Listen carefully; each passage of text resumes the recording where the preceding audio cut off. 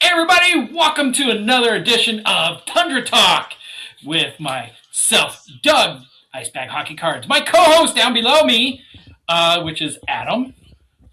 Your favorite hockey guy in Utah. Good Lord, you took my words right out of my mouth. And we also have a special guest tonight, Miss Kay. Hello, everybody. How's it going? All the way up here from Canada. Yeah. Oh no, Canadians. Oh yeah. Where real hockey happens. Let's be honest, Kay. Miss Kay. Yeah. First of all, I want to say thank you very much for joining us. It's an awesome. No problem. I've known you for a long time now, and we've become really good friends. And I'll be honest, your podcast is so much fun. I want you to tell us about your podcast before we get started on today. Wait, which one? Because I have a hockey one and I have a different style one. So I am part of a tandem with the Scottish Leafs queen, Fiona from Scotland. And we love the goalies. So we started a podcast because like I told you guys before, nobody wants to listen to us bang on about hockey. So we started this podcast. So we talk a lot about goalies, and it's on what's called Crease and Desist. But it's going to start up again real soon. So tune in. We talk about goalies and much more. And also, our boys are getting back into town now. They got to start working out again, even though that they've been doing it all the off season. But then training camp starts. In what, 2 weeks? Crazy. Yeah. That's insane. That's crazy. So this show is actually a very special edition of Tundra Talk. We're not talking Mammoth today. I'm sorry, everybody. Please do not go away. We're actually talking prospects. Prospects that are coming up in the next draft or even two. Miss Kay has really done a lot of research. She loves looking at the prospects. She loves NCAA. She loves the W. Is that correct, in the Q? Sorry? You love the W and the Q? The W and the leagues. OHL, yeah. ECHL, you name it. I love it. I love it all. More the better. So, please tell us why you are so into hockey. Well, I started playing hockey at age 3. And I've been playing ever since. And I'm not going to say my age, but I'm old enough to tell you I've been doing it for quite a long time. She's 22. It's just something. Yes, I'm 22 years old. We have been up here in Canada. That's what we do. It's just a regular thing. Everybody and their grandfather plays hockey. There are leagues that go up to 70 plus here. There are leagues that it's just part of our Canadian culture, I guess. So I am very into hockey because I love the game. I love the sport. I love the players. Let's be honest with you, because I just everything about it. I love it. It's just my game. Some people are really into NFL, me not so much, but NHL and whatever comes with it. Yeah, that's where you'll find me. Okay, the fact that you said 70 plus means Doug and I need to move there because we're pretty much almost at the age of making the. Honestly, it's 70. There's a guy that my dad knows. He's 81. He still plays. Jeez. Yeah, he still plays. Awesome. That might be the league I need to get a part of because I haven't put on skates in 40 years, 30 years. Oh, yeah, they got the defibrillator nearby and the ambulance is waiting outside too, so you're good. I need that now. So I have a question. You played goalie, Adam. Correct. Doug, have you ever played? No. Have you ever skated? Yes. Okay. And I've also played broom ball. I don't know if you know what that is. Do you actually play with brooms? Yes. It is. And a ball. And a ball. on a hockey rink with ice in tennis shoes. With ice? Yes. Okay. There's some weird versions of hockey. That's it. I'd like to see that.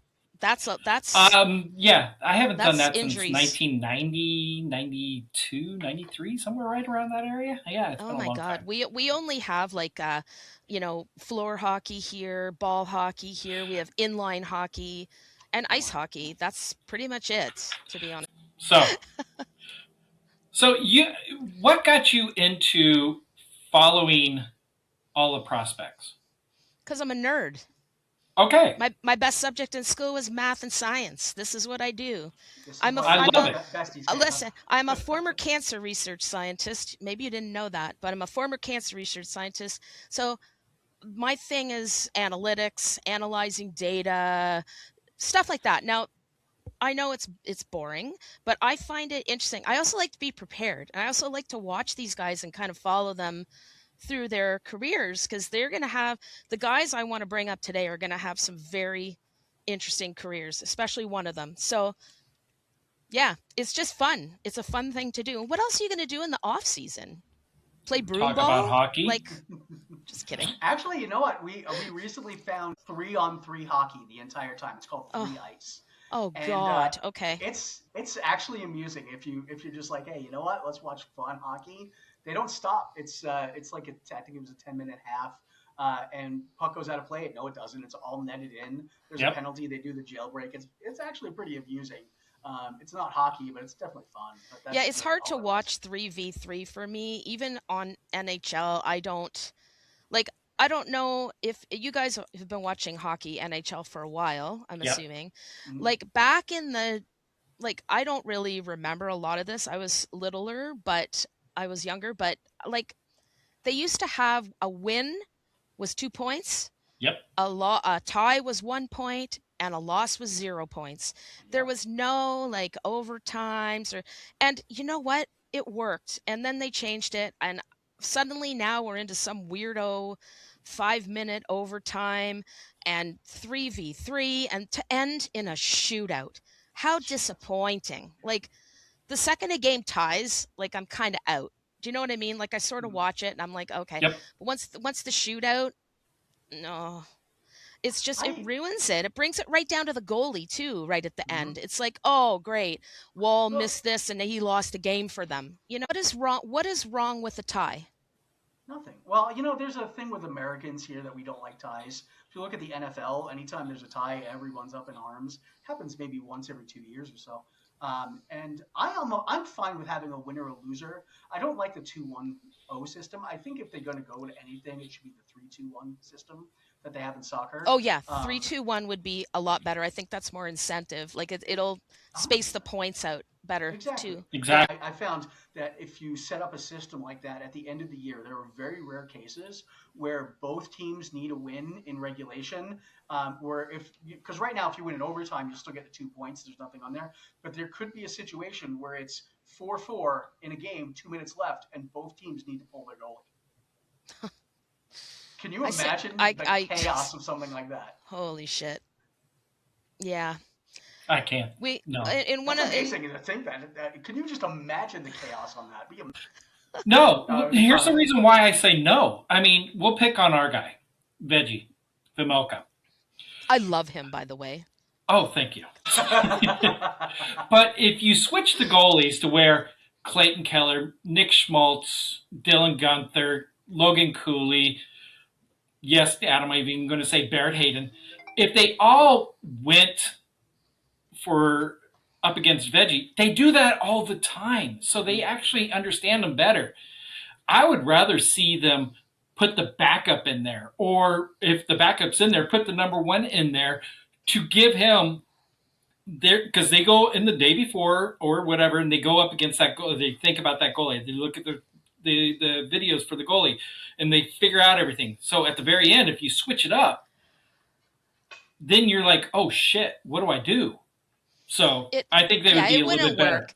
It wouldn't work. It was just a funny thing we came up Oh with just god, to yeah. switch up. It, But like you're well, you ideally really know your own goalie. So if you put your goalie in the net, you're going to know where to score on him Well, anyways. Kay, Now, we actually have a real life example of that though. That actually has happened. win. David Ayers, oh, yeah. Zamboni boy. Zamboni boy, and Yeah, they you're right. scored against him a little bit, and then Yeah, right, you're right. So, Yeah, you're right. We have seen that. Yep, I mean, he you're was a right. practice goalie, but still. Yep, yeah, you're Yep. absolutely Yep. right. Didn't even think about And he that. won the game. Yeah. Carolina, of all teams. Oh Yeah, God. go figure. So, Hey, Oh there's my nothing God. wrong with Carolina. No. Carolina. Can I just say what team I do not like? I think, Doug, you know this. I think I've messaged you, and I have my own little name for them too. And it has nothing to do with Mitch Marner, okay? Nothing. Oh. I love it. All right, But can I tell you guys a great quick story? of Go for course. it. Just released the Mammoth plates, first ever series of Mammoth plates. Yep. And you can customize them. So of course I went in, and I was this close. The only reason I did not do this is because we have to go down to Vegas once a year, and we usually drive. And I'm like, Oh, that is okay. recipe for Yeah. my car getting destroyed. You don't Yep. want to do This that. close. You don't want to do that. Oh God, no. You do not. No, That's no, the no, no, no. yeah. Nah, that wouldn't be a good plan. I don't think. I do like Puck You, though. I do like that. That's a good one. Fuck you. So That's Yep. a good one. Yeah. So, So do you want me to tell you about some guys? I'm so excited. I am too. Go ahead, young lady. Bring on the first one because I have no Alright. idea who we're bringing up. I am going to tell you about these guys. Now I do have notes because I am a nerd. This is Good for you. This is my book that I have here, and I brought out some pages to share because there's about 20 of them that I'm really looking into, and some really obscure ones that are interesting too, but I'll just bring up the most obvious. This dude, he is a Canadian from Calgary, Alberta.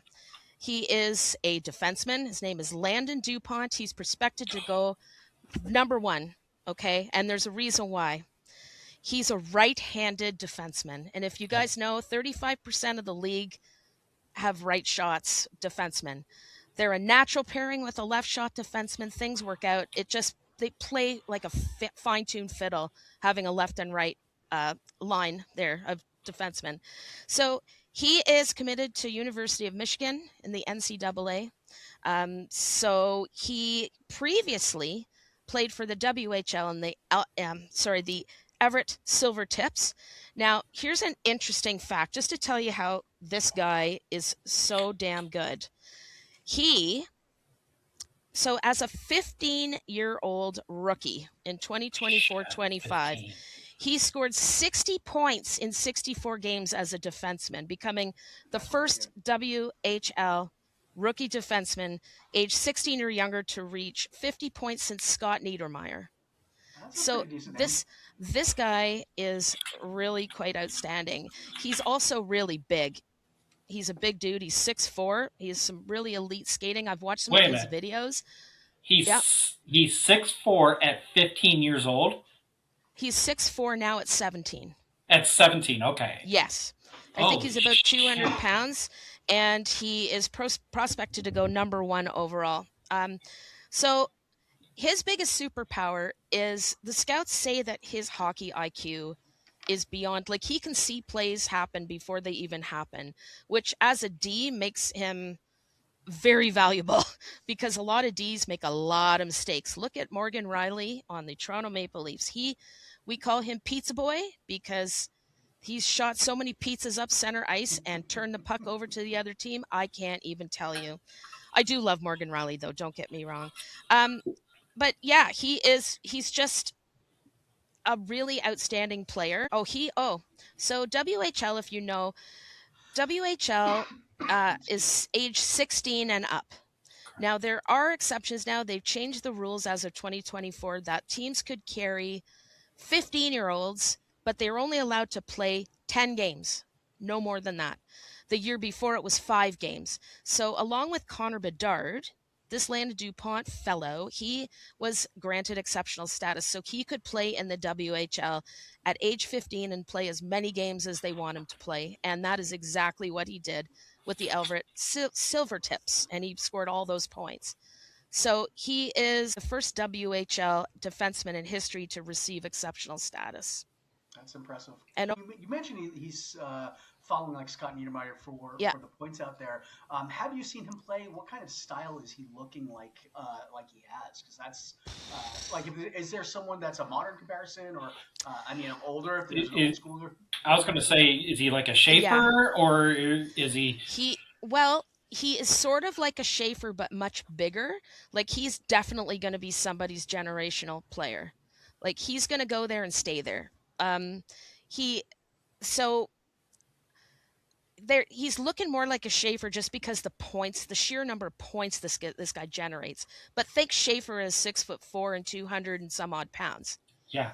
Schaefer's right? small. Schaefer 5'9", is 170, I think. he's tall and skinny. He's not a huge Yeah. guy. The No. guy's a stellar. Like I love him to death. But so yeah, this dude, he's basically the guy who's got the cheat codes, on your team than like he can really read everything. So he's number one. Question for you guys: if you were the GM and your team was full of defensemen, you didn't have really any room, but he was the first pick. Now, usually players, teams that get the first pick usually pick the best player. Mhm. That's just kind of par for the Yeah, we course. just saw that this year. Exactly. Do you pick him, or do you pick him simply because of his skill and that he is kind of a phenom, being a right-handed shot, and he's looking to be one of the best D's like Schaefer? Do you pick him if you don't need him, or do you go for somebody else because your team needs them more? What would you do? I mean, realistically, I have always valued goalie, defenseman, and out from there, especially if you can get a first pairing defenseman, because those guys are going to be playing pretty much the second most minutes of your game behind your goalie. So, like with the Islanders and Schaefer, that was a no brainer. For me, that's a no brainer if this kid's going to be a generational talent. I could see, and I made the argument with Doug, and you can speak to it, Mhm. where I was like, well, for some teams like the Maple Leafs, maybe McKenna wasn't the best pick because there were some other options that I saw them potentially doing. But for me, if I'm GM, all day, every day, I pick defense. So We were kind of on the edge there with McKenna because we could have used a defenseman. mhm. Like we really could have used a defenseman. Our defense is not the best, okay? No. But somehow they went with McKenna. Now I don't know whether that's to kind of maybe take the place of what Marner was to Matthews, because Marner and Matthews worked like So well. ridiculously well together. Yes. Oh, Matthews, Michelli didn't do well in that spot. well, Michelli, well, You were Michelli like, was Michelli's the okay. next coming of Marner. I was like, No, he's no. not. No, my God, no. No. We like he got traded and we're like, yeah, okay, whatever, and we moved on. I'm just talking Yeah. now. So Um, I liked him; he was really good. But yeah, he's yeah, a good so kid. I have to wonder if they brought in McKenna to somewhat please Matthews too, because Matthews didn't seem too happy last year, Mhm. and he's your franchise guy. The guy Yep. is beaten up. He's got all these injuries now, but I also don't think, hearing what I heard in the Toronto media, I also don't think Matthews and many of the other guys were so happy. I don't think they took the leadership of Berube very well. I think Berube has an older style of coaching, and I don't think these young guys adapted to it too well. Like he would sit young players like Robertson, who Yes. is really, really good. And we're like, why are you playing Callie Yarncroke, but you're sitting out Robertson? So it was a bit of a mystery, but I think that Berube just didn't really like him. Like he likes the old style guys. And, William Nylander, these guys aren't old school style players. These guys are all finesse. And Yeah. Berube likes the hitting, he likes the get in He there. likes the So 80s tough and to the stop. 90s style. Yeah. Yeah, like I'm sure when Gudas hit Matthews and broke his knee in half, and nobody did one thing on that team, nothing. You know, we were all kind of sitting there like, what are you guys doing? Like that's just not their style. They're all elite. They're all young. They all want to be flashy with their fancy suits and their points and everything. Nobody wants to fight. So, anyways, getting off topic. I do want to ask you really fast. How do you feel that the captaincy went when it went from Tavares? Because I feel like maybe Matthews didn't pick up the captaincy as well as. I mean, I have obviously a biased reaction towards Tavares, but I don't think necessarily Matthews was necessarily the leader there, or would be the best leader for you guys. And I thought maybe Marner could be because Marner has the two ways. Seems like he commands a lot of respect in the team. But what do you think about that? Okay, the one thing with Marner why he wouldn't be a captain is he's not extremely well media trained. Things shit fly out of his mouth that is kind of Which is very awesome. emotional. It's Which is very emotional. awesome. It's emotional, but not the way the Toronto Maple Leafs old school works. Like Yeah, fair this is enough. not how they work. So they like the suits and I think a lot of teams, people always think, and you see it with little kids and you see it with teenagers, they all love the captain, and it's the most overrated position because captain, you always see flashy. They're always they're in the middle of things. They're always the captain, right? There's a lot of captains. Connor McDavid, all these guys, they're flashy and they're really good and they're always captain. But sometimes being really, really, really good, to your point, Adam, isn't always going to make the best captain. 100%. Yeah. So I feel that John Tavares was being diplomatic. I think he will do anything to stay in Toronto. He took a massive discount in salary to stay here. His wife is here. She has a booming physiotherapy business. His kids go to school here. He loves the city and he loves the Toronto Maple Leafs. He's just a diehard fan as well. So I just think that they spoke to him and I think he just felt moving forward. He was getting older. He maybe didn't think he had a lot of more years in the bank, when you get to 33, 34, you don't know how it's going to go. Yeah. So I just think he just passed the torch and said, "Hey son, listen, if you need some tips, come to me. I'll help you out, but you're the future." And John Tavares is an absolute classy person. Yeah. We love him here. You guys always boo him when he comes into town still. And I get it. I get it. Marner will constantly be booed here too. Oh yeah. Don't get me wrong. Like we're over him, but he will constantly be booed. I just think he's a classy guy and he realized that he is no longer the future of the Leafs and he is there as a mentor, but maybe it's time just to see what Matthews can do, you know? Do you think Matthews was the best pick, or do you think there'd be somebody better? Because I that's where I'm think kind of like, I yeah, don't necessarily think Matthews is the best pick. I don't. And I'm going to say I think maybe Tavares should have kept the captaincy. And I also think who would be a good captain would be Morgan Riley. He's a Yeah, leader. actually, that's a They good one. Mm-hmm. they look up to him. Yeah. As much as he really sucked last year, he had all of them did. All of them Yeah. did, okay? But, he's made fun of here, he's going to get shot to Uranus, all this stuff, like fire him off into the ocean, hope he never swims back. That's just a gut, it's just a knee jerk reaction. Really, he is dedicated to the Leafs, and I think they really do look up to him in the locker room. He's a great conversationalist. Like he can speak very eloquently and, without, giving too much away. I do think maybe Tavares should have kept it, but Riley would have absolutely also been a fantastic pick for sure. At least at least my reading on the Leafs wasn't so bad that when I look at Matthews, I'm like, no, not. Oh no, we Not all the feel best that captain. way. Okay, okay. Because the one thing that really ticked me off is is in the season this year when they were really struggling and they were losing, getting L after L after L, where like in the media after, Matthews didn't want to talk. Yeah. Nope. And I'm like, are you kidding? You Like can't you are do the that as a captain. captain. This is your job to talk. And we were all real mad at him. Like most of the city was like, where the hell was he? They're letting Michelli talk and they're letting like Joseph Wall talk. Like, I don't know. He just was nowhere to be found. And I found that a little bit off putting, but we'll see. It's brand new season this year. So It is. we'll see. And you know We'll what? see. We're all going after the exact same thing. We sure are. Yeah. Lots of movement. And I still Yep. think there'll be more movement soon. Maybe. We'll see. Do you want to know about another guy? This guy's quite Please do. interesting. Love This it. guy is kind of his name is Nazar Privalov. Have you heard of him? Nazar Privalov. So he or Privalov, Sounds whatever Russian. he's very Russian. So he plays for the KHL right now. Okay. So he is 6'4", 227. He is a big boy. He's a big boy. He's a center or a winger, but mostly center. Left shot. He Okay. His size and skill are what really attracts people to him. He is very, very skilled. And the one thing about him is this boy can move. At 227, 6'4", he moves like a figure skater. Like, I've seen him skate, and I'm like, you see how big he is among his peers and the other team. And I'm like, how is he so fast? How is he skating like that?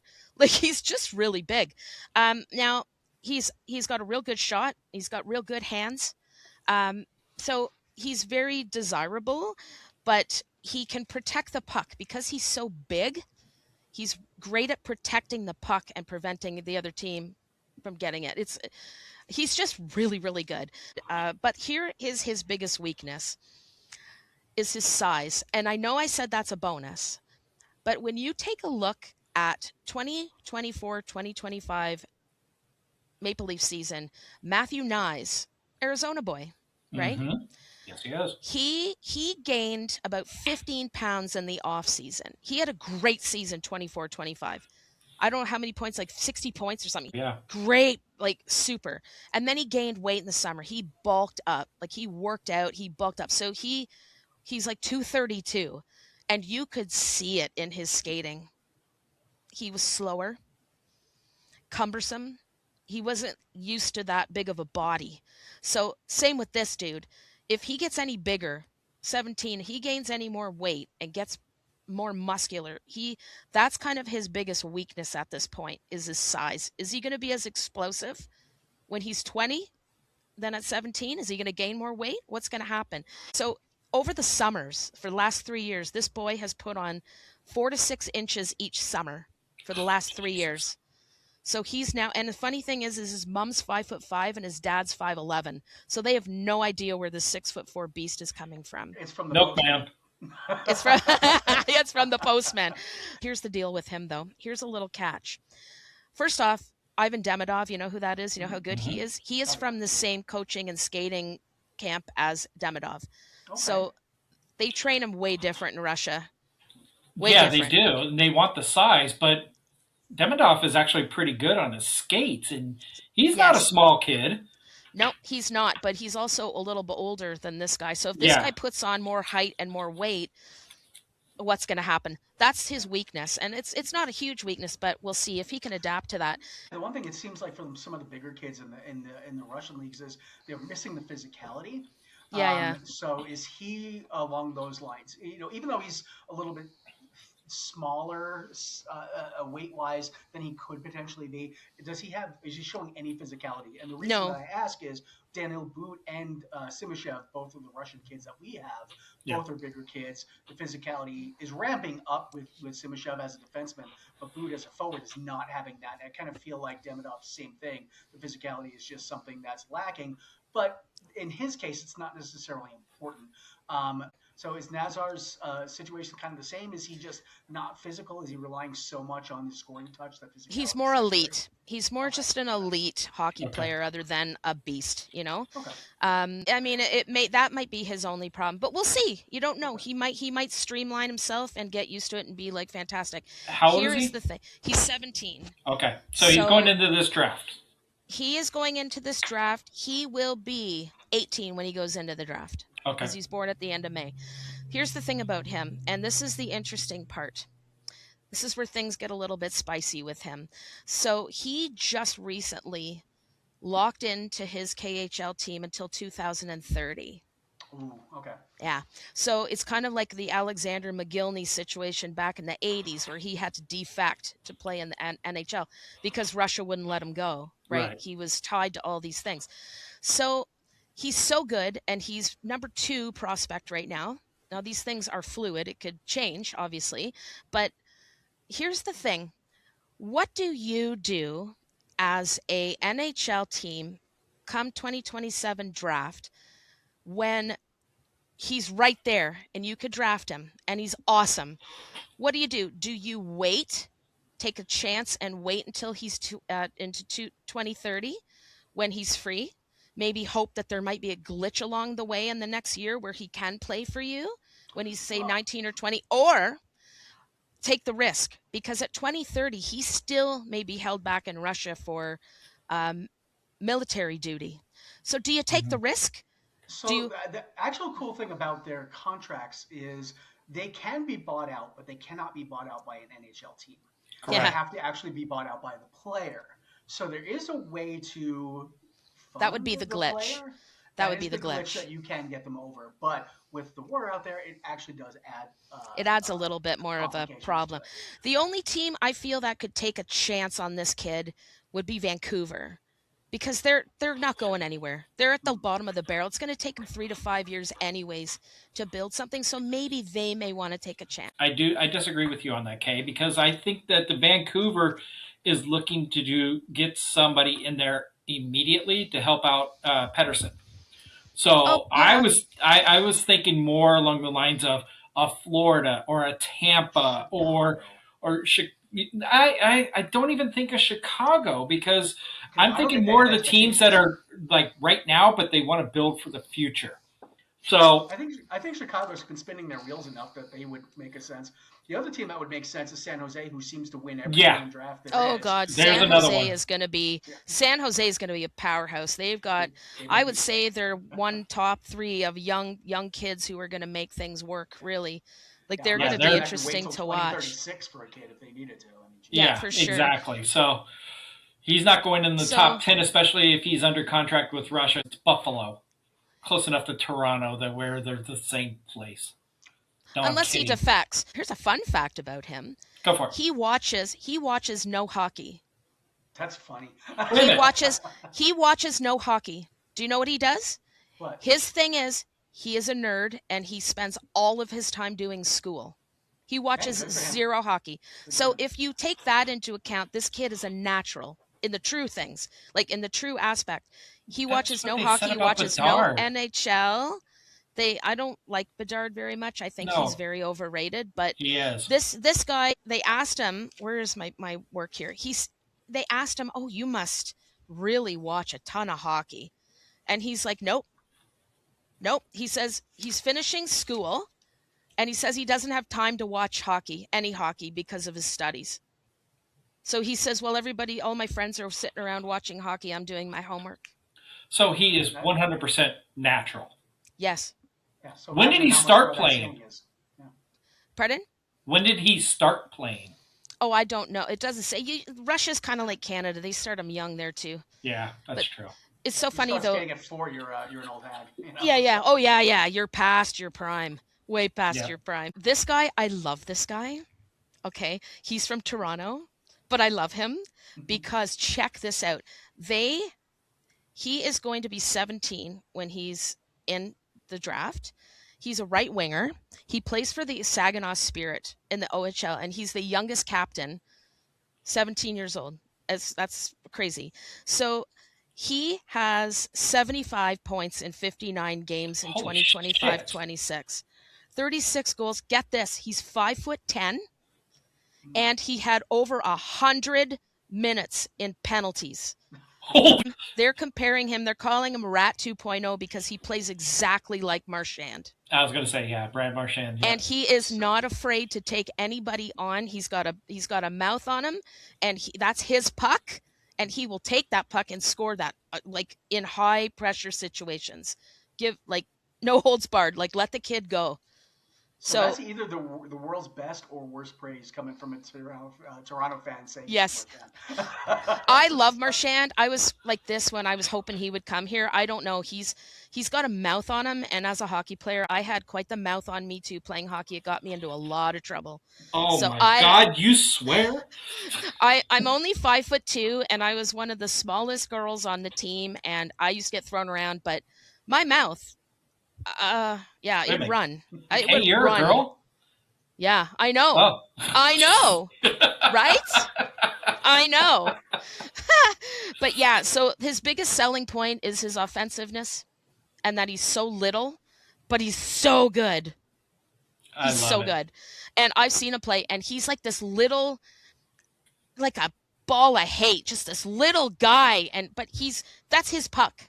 Like he gets that puck and he's done. You could just sit back, You know, watch him go. you're talking about this guy, and all I can see in my head, and Adam will totally understand this. I just see another Carcone or Yamamoto. Those two guys, the only way that Adam and I both describe these two guys is basically a dwarf that thinks that they're a giant. Yeah. That's what it is. 5'6" plays like he's 6'5". Exactly. Yeah. I love So this Carconi. guy, he plays bigger than his size. This guy. I I would love take Uh, that him in too. a heartbeat. He and it says is though all heart. his biggest weakness is his size. 5'10", 185. You know, Theo the Fleury. first one I remember that really kind of blew that away was St. Louis when he was Oh yeah. playing. I mean, that guy was barely taller than me, and I'm not that tall, and he just absolutely destroyed the entire league. So his size is whatever. It's not the I 80s know. anymore. It's not the 90s anymore. Yep. No, The I game is know. more finesse. So I don't necessarily believe the. You I know, believe that size can be important, but more defensemen. you know Depends what's who you funny? are. Yeah. I can remember back in 2016 when we um, brought this little kid over that's born and raised in St. Louis, and everybody said the exact same thing. He can't play. He's too small. Now he's a fucking captain of our team. Mm-hmm. So Yeah. I actually could easily net 35 in Yeah, today's game. I'm Oh gonna God, shout out that's to Andrew hilarious. here. Net 35, dude. I was the goalie. I couldn't net shit.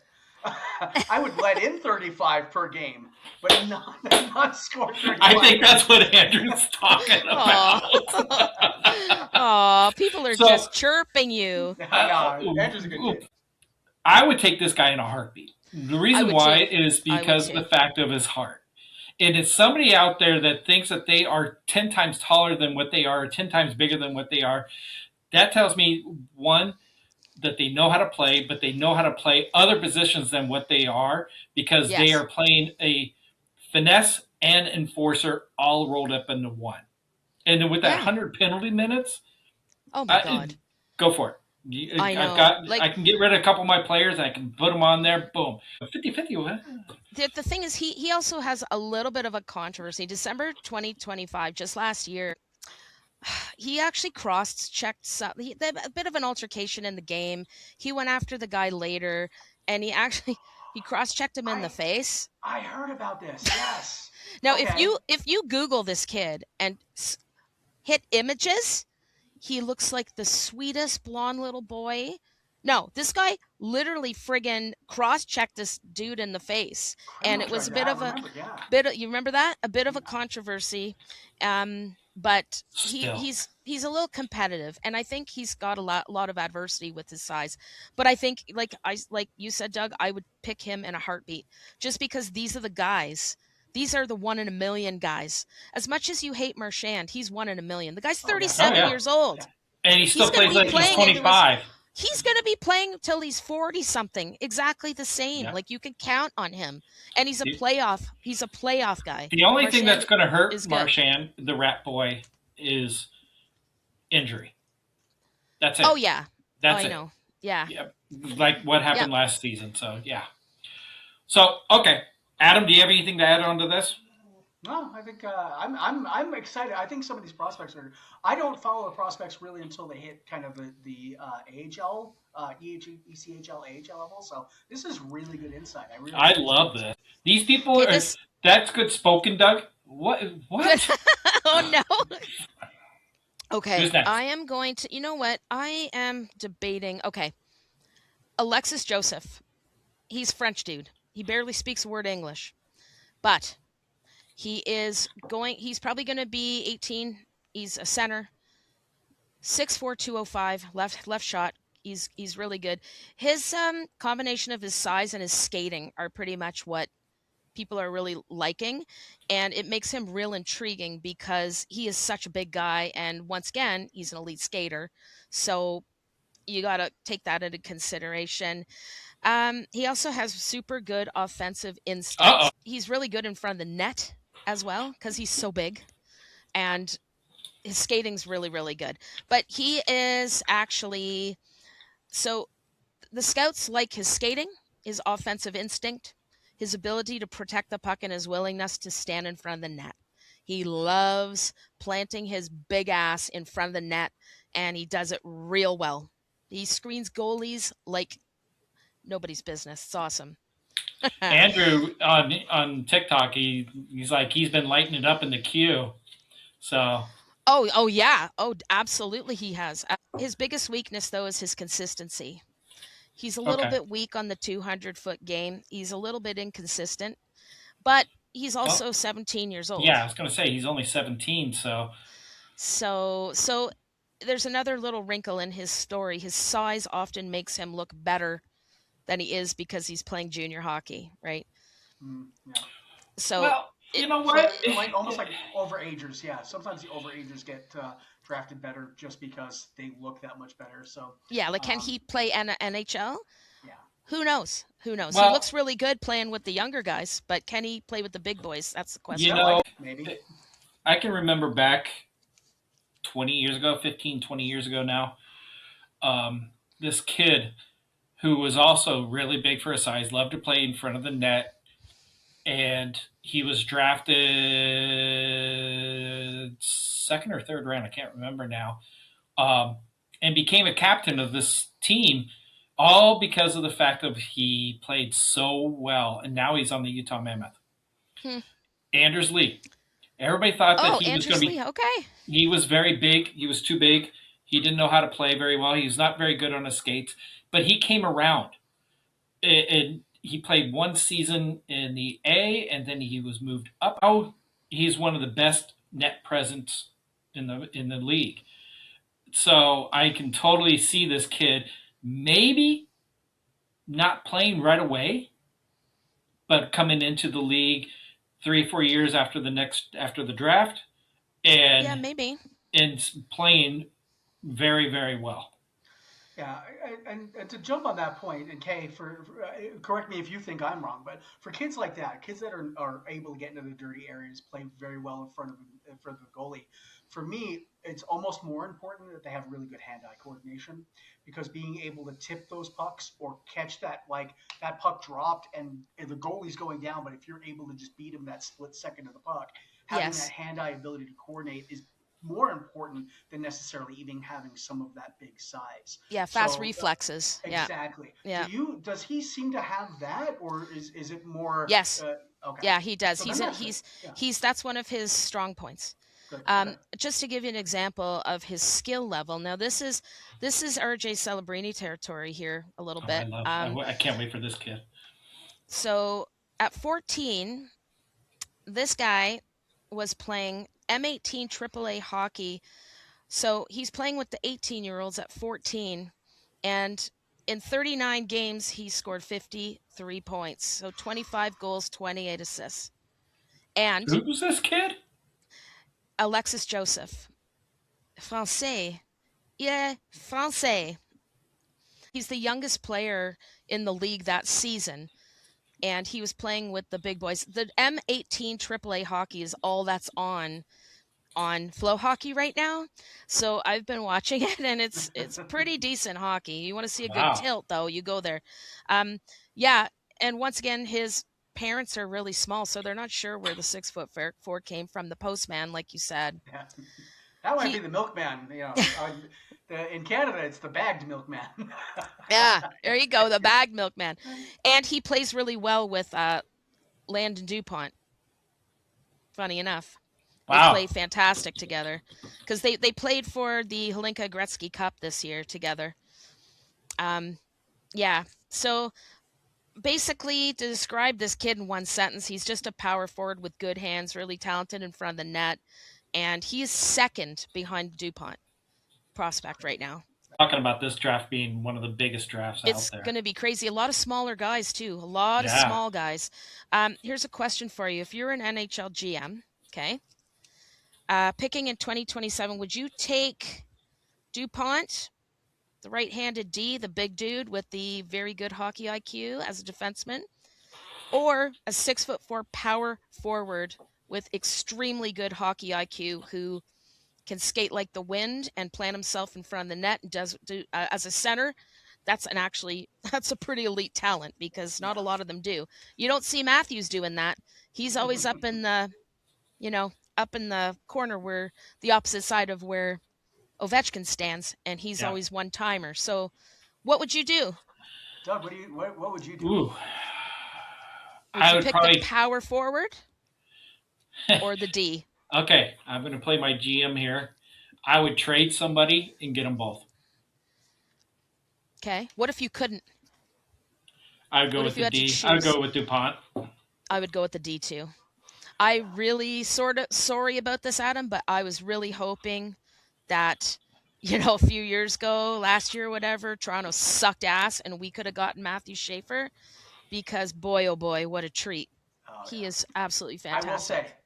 the one saving grace, and anyone who can hate the Islanders for getting it, he didn't go to San Jose. If he Because did, can that you would have been imagine trouble. I already that can't. stacked ass team would I have gotten can't. a Matthew Schaefer? No. I can't. So, I can't. And it's very rare that you see a franchise D who's that good. I'd pick the D hands down. but I Yeah. just really quick to your point, Kay, when you were talking about Matthews Marner not having the presence to talk to the media. Have you ever seen a Schaefer interview? That kid is more polished than most NHLers I've ever seen. Yeah. He's incredible. And I mean, He's he did the incredible. draft this year. I mean, it was kind of a little bit goofy, but like he's done so much great stuff. I don't not see him being captain by 25. I Oh, mean, God. as soon as They should have made him captain right away. I think that they're going to have 3 A's this season, and then they'll make him a captain next season. Yeah, he's definitely on track for that. But, He's never leaving. Like New York Islanders would be dumbasses if they ever got rid of him. I'm sorry to say this, Kate, but you know what? We said that about Anders Lees as well. I know, but there's something special though about Schaefer. I know Anders Lee. There's just something about him. Yeah. Well, there's two things I would say that are a little bit different with Anders Lee and Schaefer. Number one, Lee wanted a bigger contract and a solid contract that would have given him term that the Islanders just couldn't match and couldn't really deal with. And number two, Lee was never really that franchise cornerstone player. Lee was a great player, still is a great player, but he is not the guy that you're going to build around, where Schaefer would be, a Celebrini would be, that kind of thing. Anders Lee is an A-tier player, but he's not like a triple A-tier player. Yeah. And I don't mean any disrespect to Anders Lee by saying that. I'm just thinking there are echelons, and when you've got a defenseman in Schaefer who's broken scoring records held by Sidney Crosby, Exactly. Yep, you are dealing with a generational talent. Exactly. Yep. So. Exactly. He's the next big contract too, eh? He's the next one. Imagine God, that. I hate Philadelphia. I hate Philadelphia. Isn't that...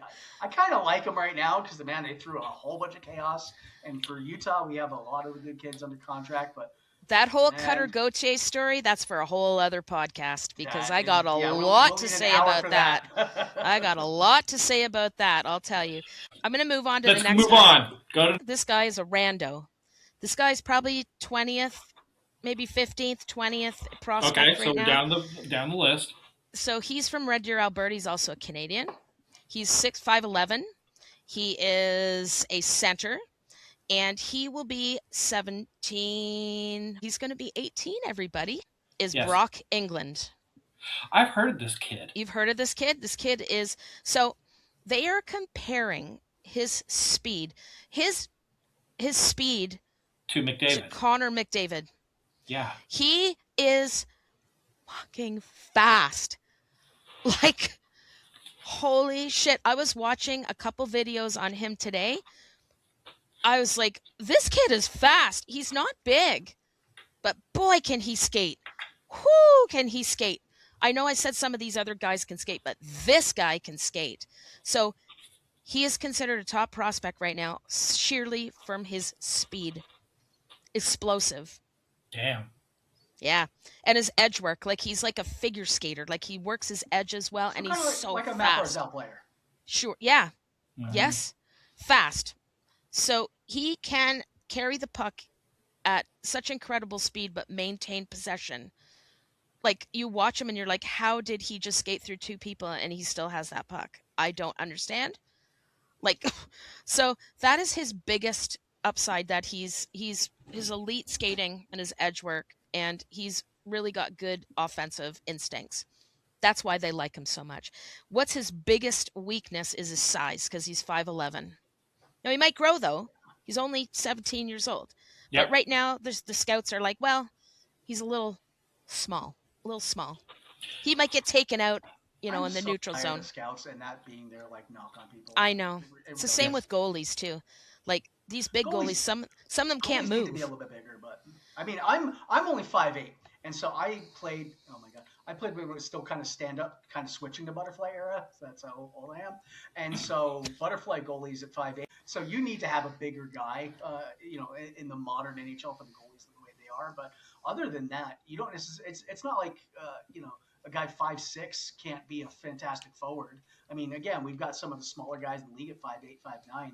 Forwards can play that. Goalies are going to be a lot harder to you just can't make up the difference with skill by the size that you got to put up For front. sure. And it You can know, be so really deceiving too, right? Yeah. that's true.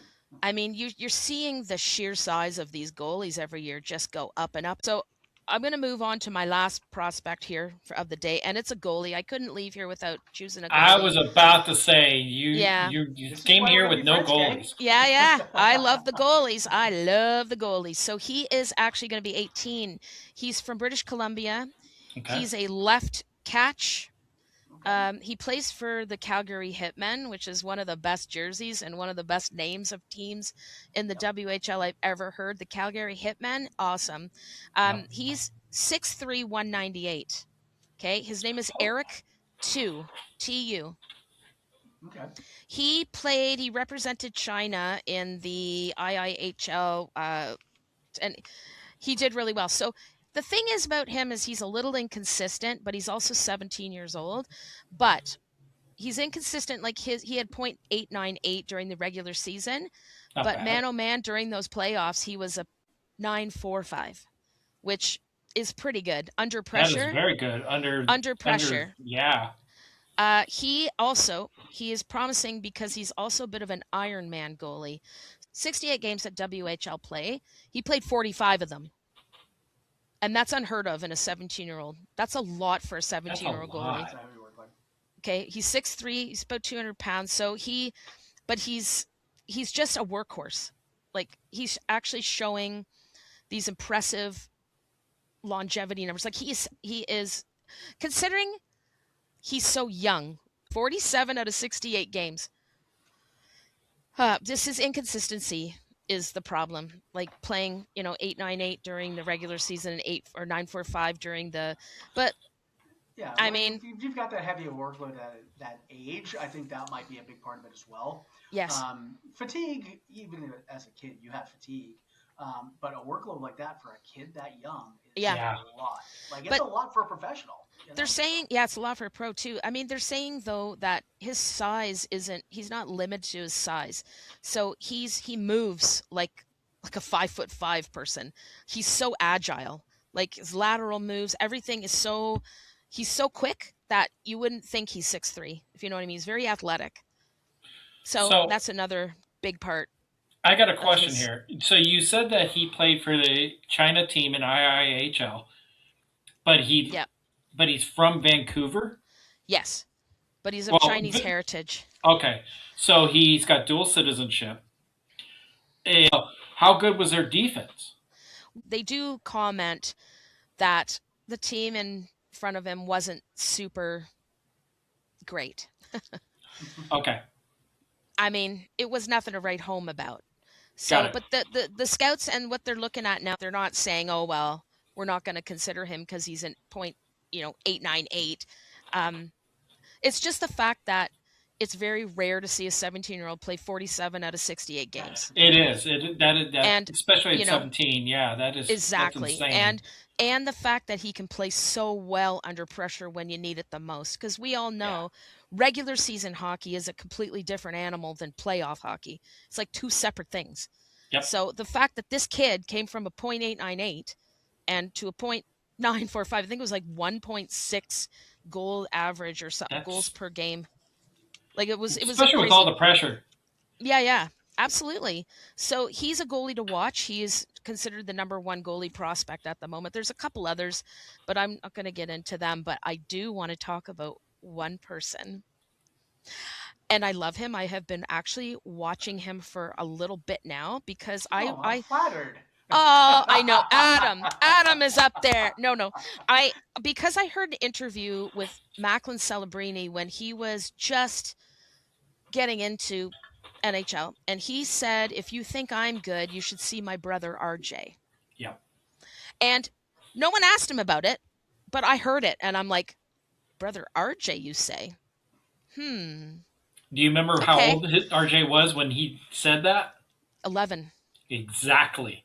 Yeah. So it's been 2 years. It's 2 years. So this guy, RJ Celebrini, I just want to talk about him for 2 seconds, if I may, because I get all gushy. He just turned 14. Okay. He's a cute little kid, but boy, man, watching him play, I did you see on TikTok and Instagram, he was practicing with Macklin and he was practicing with McKenna. Yep. And I couldn't tell who he was. I'm like, Uh, which you one can. is he? The only way I could tell which one he was by the way that his brother and his half brother now, Will Smith, was taunting him and pushing him around. That was the And only way. I know that's the only way. I'm like, who? Because they're moving around and it's so fast. And I'm just like, where is RJ? Who is it? Turns out he was the guy in the red jersey, but I'm like, Yep. okay, he's 13. This kid is 13. He's from Vancouver. He plays elite hockey in the Vancouver area. He will be eligible in 2030. So, and they're prospecting him right now to be number 111 A plus. Yeah. So the one thing that drives this kid is he's from an extremely athletic family. His Yep. brother Aiden was drafted in 2023, then Macklin in 2025, and now him and his sister plays some ridiculous level hockey too. Anyways, he is a dominant center. He knows his game. He's very vocal. He calls the shots. He calls for pucks. He knows where to go and who to pass it to. But he drives the play himself. He's like a playmaker. At 13, 14 now, 14. So he, let me just tell you his stats before we move on. So last year, he played for North Shore WC U15 A1. That's one of the top levels. He was 13. He's playing with 14 and 15-year-old kids. Okay. He scored in 60 games, 71 goals, 77 assists for 148 points. Jesus. I So was being like, I had to look underage at or it do that, again. that's nuts. Yeah. I had to look at this again. I actually I re-looked it up on Google because I'm like, that's not possible. He's one of the top 5 in that league who have ever done that. So where are these other kids? I don't know who these other kids are, but my God. So he's just really good all around. He's very competitive. He's quick. He's agile. He's a playmaker. He's offensive, 200-foot player. He's all over the damn place. And he creates opportunities for other players. I've watched him play for now almost a year, and he's just really, really good. And like I said, I saw him play with his brother at L, and I didn't know who he was. And I love that. So yeah, he was 13 when he put up 143 points, not 148. So one Yeah, of the guys in the comments here, R Sandman 22, he's like, that's like Wayne Gretzky doing what he was in the NHL. And you're yeah, absolutely correct. Now, one of the things 100%. that I saw on him, and this is what really drew me to him, was I saw him speed skating his brother, Smith, McKenna. This kid outskated all of them around the whole entire rink. He was that fast, and he was moving his feet faster than his brother was, and his brother is a freaking phenomenal Yeah, um, skater.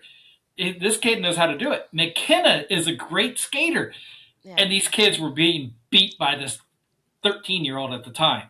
And this is why I asked Kay to be on, is because of the fact that she knows all of this stuff. And RJ, and we talked about RJ, and it was like, oh my God, we got to do this. How tall is he? I think He's he's five five. three. He's five He's three. 5'3" right now. That's fine. Right. Yeah, Yeah. exactly. Okay. And we talked about it, the goalie, and we talked about everybody. Who is your top 3 prospects you want to watch this year, Okay. this upcoming season? Not the upcoming draft, the upcoming season. Okay. I'm not biased here, but McKenna's going to be one that I'm going to have my eye on. He's in my fantasy pool this year. I hope I get him in my fantasy. But yeah, I'm going to be watching McKenna. I kind of feel bad for him because there's a lot of pressure on him to do well. I just hope that as a 19-year-old kid, it's not too much pressure because the way the Leafs performed last year was like, what the hell? And we were so disappointed. But now, whoa, we got the ball number 12 rolls out of the machine and we got first pick. And now Lord Jesus Christ, our Savior, is going to come and save the team. I hope being right, McKenna, I hope that they don't have too high expectations for a rookie. That could break him. I mean, it could psychologically damaging to a kid who's 19. I just don't want him to be under so much pressure that it cracks Well, him.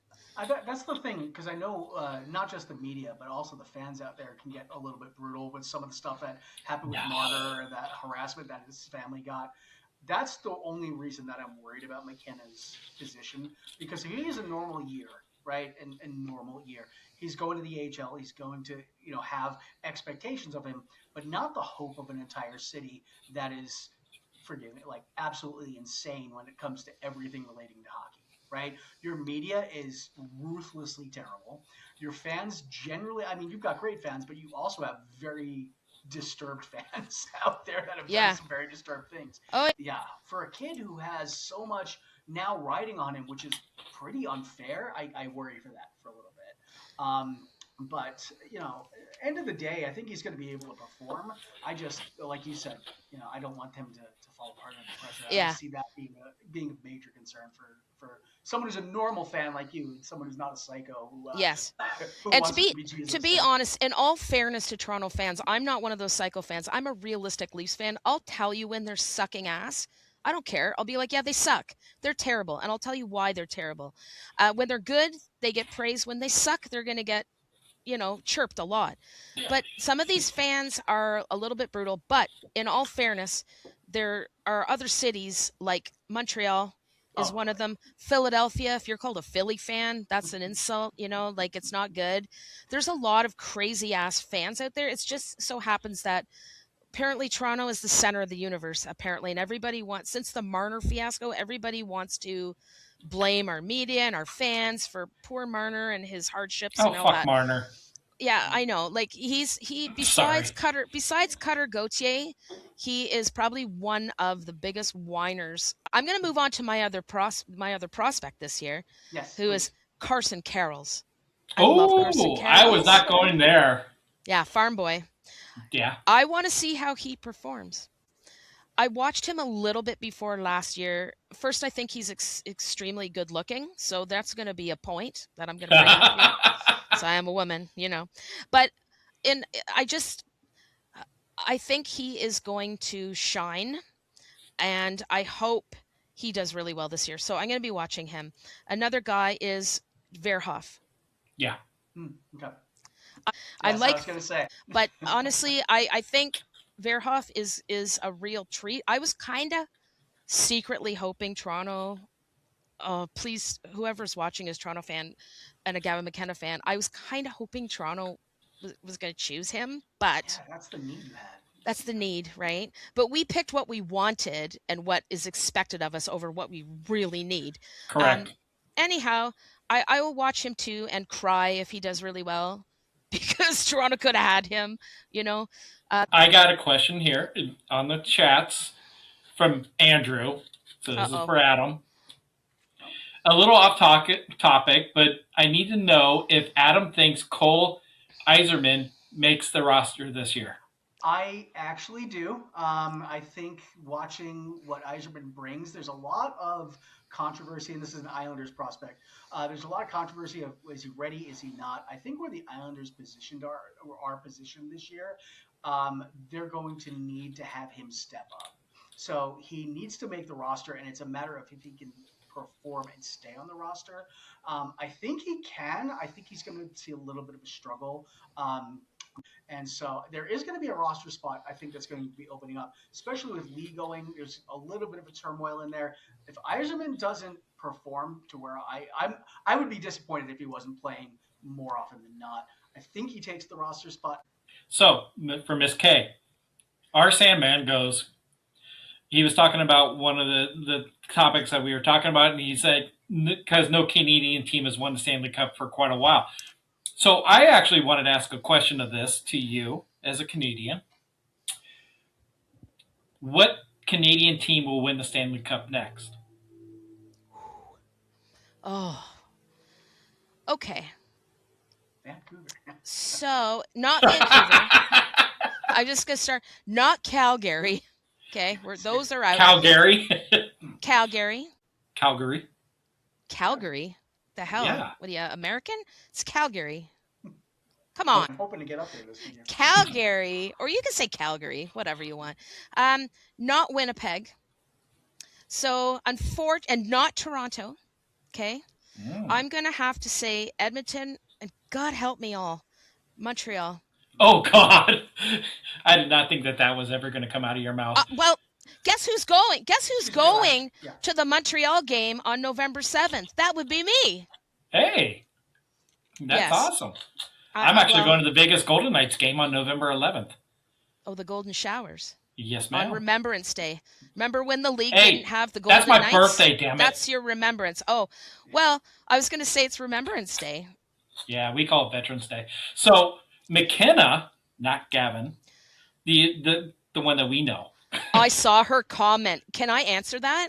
I know it's for Adam, and maybe Adam, you could chirp in. No, I'm just gonna make a go point. for it. I want you to do it.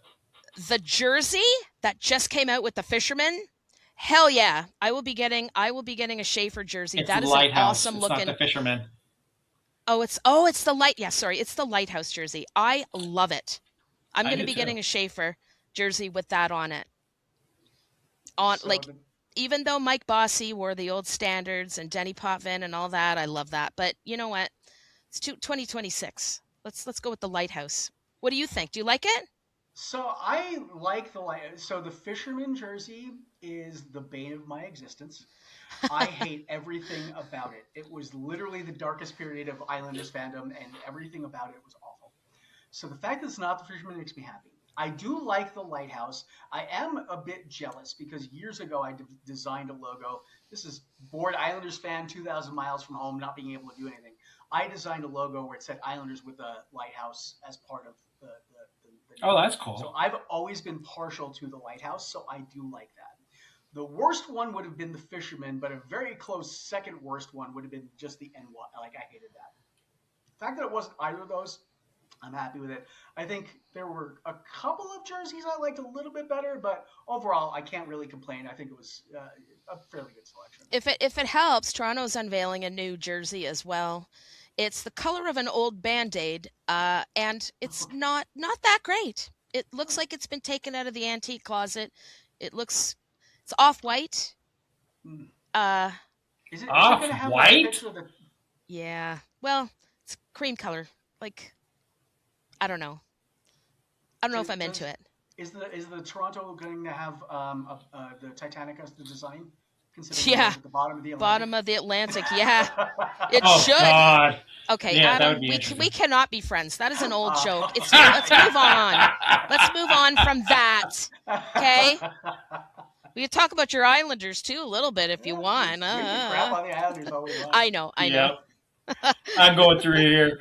Here's the thing, Kay. I think the only other person who's miserable about hockey is you and I, because I became an Islanders fan in 85, 86. Okay. Oh, right after. Ooh. Don't ever speak again about it.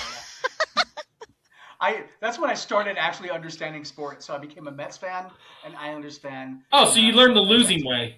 I did. I saw the Mets win a World Series, and then that was it. And then I saw the Islanders make the playoffs, and very quickly that was no longer it. So our Sandman comes in here also, when we were talking about the way to spell or pronounce Calgary or Calgary. He just goes, "It's Atlanta Flames." It is. It is. Yeah, it is. It is. You guys are way too young. What are you talking about? Way too young. When did you start watching hockey, our Sandman? And yes, McKenna, you and your Barzell, you need to get that jersey. Back in the 70s. Okay, you watched before me because I was in the 80s. In the 70s. Yeah. That I appreciate our. It's a long time ago. For making me not feel old. That's the Yeah. first person who's not made me feel like I'm 10 years older than I feel like I should be. Jeez.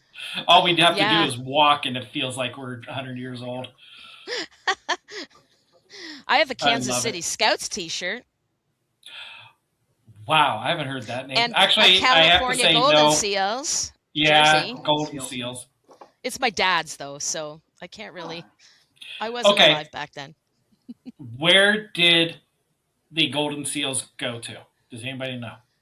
California Golden Seals straight into the ocean, never to be seen again. They did not move. They went straight in there. What's the golden?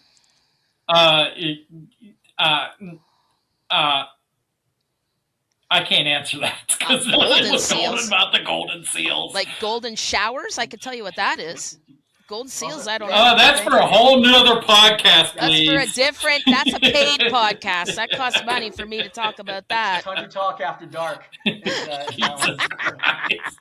And Andrew, you're a great liar. 25. I wish that was half a lifetime ago. Oh, God, you guys are hilarious. Yeah, this has been fun. The Golden Seals actually are Sandman. It's because they were San Francisco, I believe, and that's the Golden Gate Bridge. So it's the Golden State. Yeah. Yeah. So that's the reason why. Seals populations out in that area, and so you wouldn't think it, but I've been out there, I've seen them. They're actually kind of cool. Yep. So that's where the Golden Seals come from, and that's why also San Jose Sharks picked up the teals because they also had the teal and that, so they were representing California that way. I have a question for the people watching here, or listening or watching. Can you guys comment on which team you absolutely hate? And it can be the Toronto Maple Leafs. I don't care. Because some days I feel like I should probably comment that too. What are you guys' teams that you do not like? Doug? Shit. I know what you're going to say. Ooh. Which one? Because I actually have two. Oh, somebody said Montreal Canadiens, and that should tell you who I like. Either Boston or Toronto. One of those two. Rangers and Lightning. Rangers. Florida. Yeah, okay. Yep. Florida yep. Panthers. Andrew's Boston. my buddy who's the Islander buddy. So Rangers and Tampa makes sense. Yeah. So, mine's a very long list. I could give you the teams. I've only got two. Just the top one. If you could blow up the team for it never to return. The Rangers. Okay. And Doug? Florida. For me, it's Vegas. That's my number two. No offense, but I just have a problem with teams that play in Florida and that who it's not cold there. Here. I got to take a look behind me real quick. You literally started yeah. No, I know. Okay, okay, I do have one, and I'll talk right now. It's 100 fucking 15 billion degrees. Today. I know. It was 115. Yep. Yeah, she's definitely throwing shade on my Yotes. And yeah, we never made it to the Stanley Cup. No, we haven't. But everybody says that, it's too warm. LA can't have a team. They have two. California can't have a team. They have three.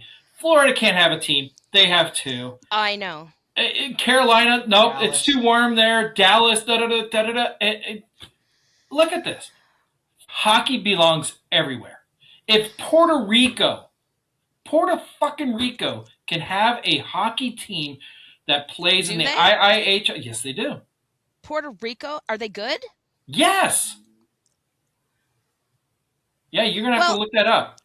Okay, I'm going to have to look that up. I don't know. I don't know that. There are some teams in Africa that have teams. Where? What are they? Shit, I don't know the name. I think South Africa has a team, actually. I think South there's Africa. a couple of them. Yeah, there's a couple of them that do. So hockey belongs everywhere. And even Australia has a hockey league. Oh, Australia has tons of them. Yes. Tons. So if we can have ice hockey playing everywhere, then it becomes the number one sport. And I was on this podcast this week. catching up with Cody. You can catch him on there, and there's some highlights that I've posted up there. Hockey will be the number third sport, number fourth sport. Number 4 in the North America within 5 years. They'll surpass the NBA. You think so? I think so. NBA's attendance is going I down. I don't know. NHL is going up. That's the one thing I struggle with that is the amount of the contracts that the NBA is still pulling in from just everywhere is going to, even if it artificially props up the NBA. Now I can go off on the NBA forever. I hate basketball. I think basketball and hockey are similar sports, but in the exact opposite spectrum, where they're both fast-paced and fun to watch. But like basketball ruins the concept of scoring because all they do is score 500 times a game, so not any individual event is exciting. Where in hockey, like one event can absolutely change everything. So to me, like you've got this dichotomy in those two sports, and because there's all the scoring and people have short attention spans, and it sells well because they do a lot of the breaks in basketball, you're going to sell advertising revenue and you're going to get it propped up, even if it's artificially. The NFL is always going to be number one. Yep. It feels like just the way it's done. And baseball is number 2. They just had a resurgence with it, but I still think basketball is still a little too strong. It's going to be strong within 5 years. 5 years, we will overtake them. I'm hoping. I mean, honestly, the more people that get exposed to hockey, the more that people find it. It's got everything you want. It's great for your short attention spans. It's great for the excitement. Anybody who's ever been to a live game is like, this is the greatest sport I've ever seen. The only problem is ESPN's coverage, where a lot of people see it, is flaming ass. You know what's even worse than ESPN's? What? TSN. Or SPN now, whatever you guys call it up there. I like TSN. I don't actually mind a lot of the Canadian coverages. They at least know what they're talking about. That's true. Yes, but I like TSN. They have a lot of offshoot programs too, like Overdrive and stuff, and they're good. And by the way, I'm just going to bring this up here. I said that question on purpose to troll you. I'm an Arizona State University fan, Doug. Hello. I know you are. So I tricked you. You see, I got you all revved up. No, you just don't want your sport to be in warm places. Now, Doug, don't be bitter. Oh, I'm going to be. Just wait until this ends. That's it, Kay. You and I are done. You try it. Try it. Yeah, my passport. We're going to the Toronto game. We have way too much conversations between the two of us. No, so. I said that on purpose. I wanted to see what you had to say. Obviously, I don't mind it. RSM is asking about the 36-team expansion, what we think about that. I don't know if you guys saw it. They were talking about expansion into where was it today? I just saw that today. Houston, Austin, yes. Atlanta, and Arizona. What do you guys think about that? Who are you asking? Whoever wants to answer it first. Are there enough Okay, fans? Are there enough fans? Does Arizona have an arena now? No. Okay, well, we won't be ready until 32, 33. So I'll go first. And I've said, you hate it, that's okay. I completely understand it, and that's fine. I actually think it's a great idea, and here's the reason why. It's going to be great for the kids. It's going to get more exposure to all the kids that are playing. You're going to bring in hockey, and I'm just going to pick on Houston. You're going to bring in a whole new team, whole new city. And yes, they are known for their basketball. They are, 100%. Football sucks there. I lived there for a couple of years, so yeah. But you're going to bring all these kids into the new sport, and this is going to make the sport grow. Now, everybody says that it's going to dilute the pool and all that good stuff. You know what? You're absolutely right. We all said that's when we went from 20 teams to 26 teams, and when we went from 26 teams to 30 teams, and when we went from 30 to 31, we all guffed about it. But you know what? Our pools get bigger and bigger and bigger. It takes time, and it's not going to be before 10 to 15 years before we see all of these kids start playing in it to where 36 is like, holy shit, we got 4 elite players now on one team. So I think it's actually going to be great for the future of the sport. I have a question. Mic drop. Well, how long do you think this fucking season's going to be with more expansion teams? Is it going to go all year? Nope. I would not complain if it was hockey all year. I But wouldn't yeah, complain either. They'd have to push it up to probably 88 to 92 games. Like, Nah, doesn't it they'll become keep a it at 84. does it become a logistical nightmare? Like, for You the guys tax gotta- accounting and everything. Like, You got to look at it this. We were at what 82 games, 80 games before back in the 80s, 76. Fuck, I don't remember how many games there were now. Yes, you're actually going to play more because there's 84 games, but you're going to decrease the amount of teams that you play within your conference, not the division. You're actually going to have more. Yeah, 70s and 70 games. Thank you very much. We went to 80 games, then we went to 84 games. I don't know how many people remember. I know our Sandman will remember. We were at 84 games for a couple of years, and then we went back down to 82.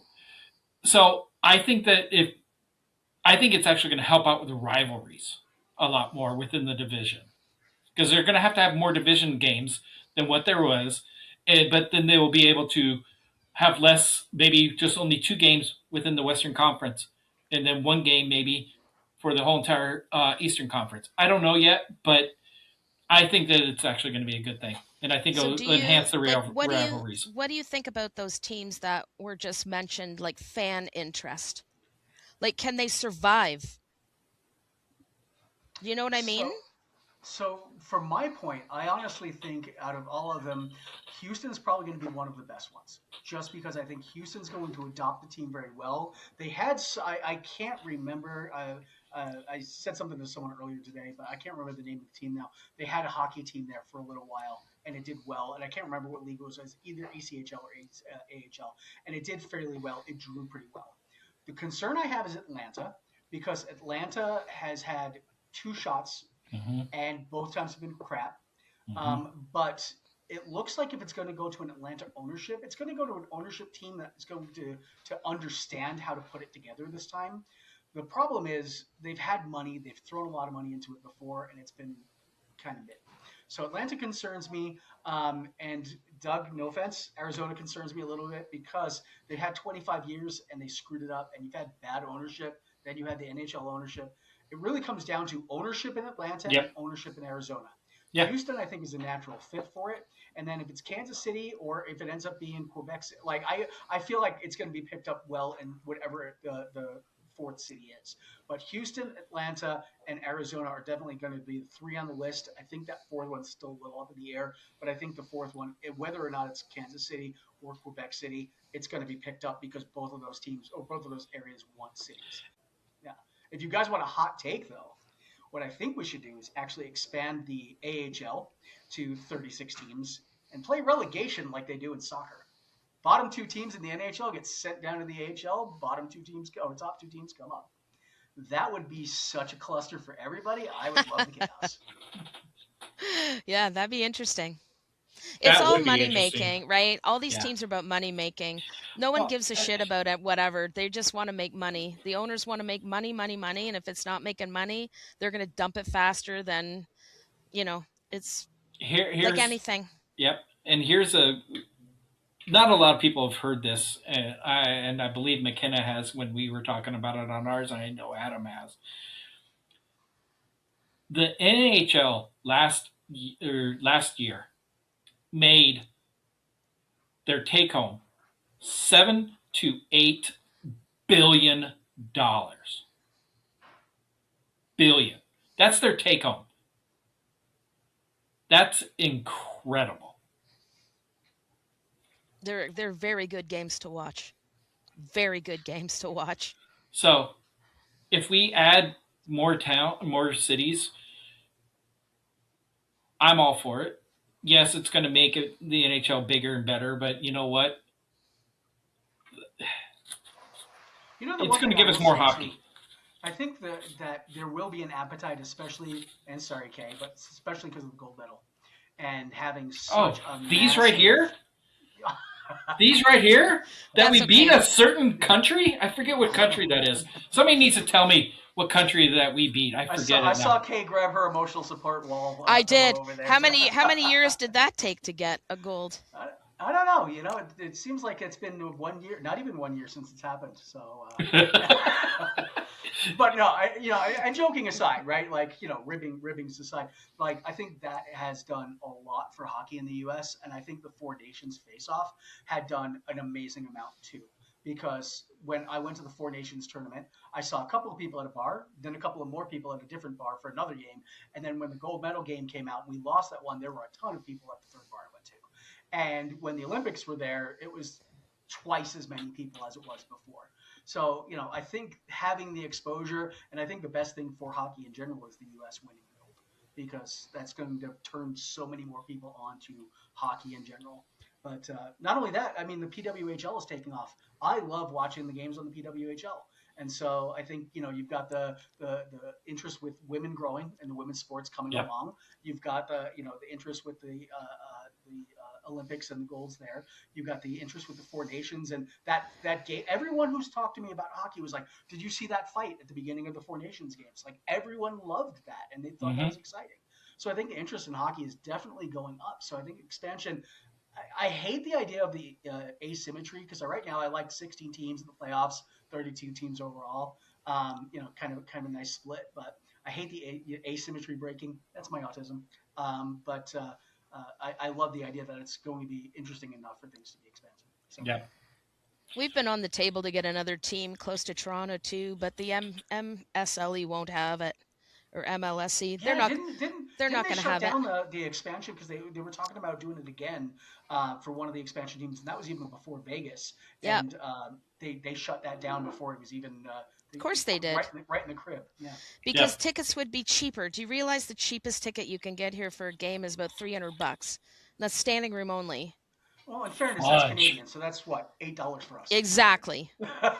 Yeah, that's the thing though. Like this is, and so we hardly go unless we get free tickets or whatever, because like the ones right up against the glass are like $1,800 a shot for one ticket. Yeah. Like, it's insane. Like, who the hell wants to watch that? Like, you just Well, that's the same do it thing at from MSG home. too. The tickets at MSG are totally way too expensive as well. I will say I got a fantastic deal when I went with my sister and Amber and my brother-in-law. We ended up paying for all 4 tickets what it costs you normally to get one. Yeah. So what, for a Leafs game? No, for the Rangers. We went. Oh Rangers, God. Okay. Yeah. And that's the thing. It cost me less than $1,000, but that's per ticket. If there was a team in Hamilton, like they just had it's Hamilton. Or something like somewhere close to Toronto, so kind of like the same format as LA and Anaheim. Oh no, MLSE won't have it because most people will be like, well, screw going to Scotiabank Center and watching the Leaf games for $300. We're going to go to Hamilton and watch a game for $70. You know what I mean? That's why so many fans go over to Buffalo, because Buffalo, watching a Sabres game is like $26 a ticket, and they're a good team. Yep, Sledge Hockey just said that. Come to Buffalo. Yeah, that's what I'm saying. Oh, Buffalo, like I'll probably be going there in the fall to watch, a Sabres game. I love Alex Lyon, and I love a lot of these guys on Buffalo, and like Owen Power, like I love him. I don't mind Buffalo. I became a Buffalo fan when they went from the bottom of the barrel in last October, November to like a complete wagon in April, May. Like, it was insane. Mm-hmm. So good, so good. We're going to take credit for that because we beat the crap out of Buffalo, and then immediately Buffalo got great. So it was the mammoth effect. We beat them twice. So yeah, they really turned it on. I was really excited. That's a team, honestly. I've been to Buffalo a few times. It's a city that really needs some success. Oh God, yeah. Because, their Bills just really shit the bed there last. Yeah, I don't even follow football, and I knew that. Go figure. That's how bad it is. So. All right, everybody. This has been a fantastic comment. I want to say thank you to Miss Kay for joining us. Thank you for having me. Of course. Don't forget to join her on Crease and Assist. Crease and Assist. Fantastic work. Yep. Thank that you. is a fantastic podcast. It is a really, really good podcast to follow. Those two girls, if you don't, you might have to slow it down or rewind it just to sometimes to understand Miss Fifi. So she's got I'm a used very to it now. heavy, yeah, she's got a very heavy She has a accent. Scottish accent. So, yeah. yeah, but Yeah. you'll Makes love sense. them. You'll love them both, and yeah, follow If Miss you K. guys want to follow on Instagram, it's at the.goalie.girls. You can follow us there, and you'll know when we have podcasts, and there'll be announcements on there and stuff. Yeah. Can I say my Instagram? Of No, course. no. It is at hockeygirl6034. That's it. Come follow me. I've got some pretty ridiculous shit going on over there. So, yeah, you can see me doing the hockey thing and all my crazy AI generated shite. It's pretty good. All right, I love everybody. it. So, all right, everybody. Miss Thank Kate, you. you stay put. All right, everybody. Have a great night. Bye. Thanks, everybody.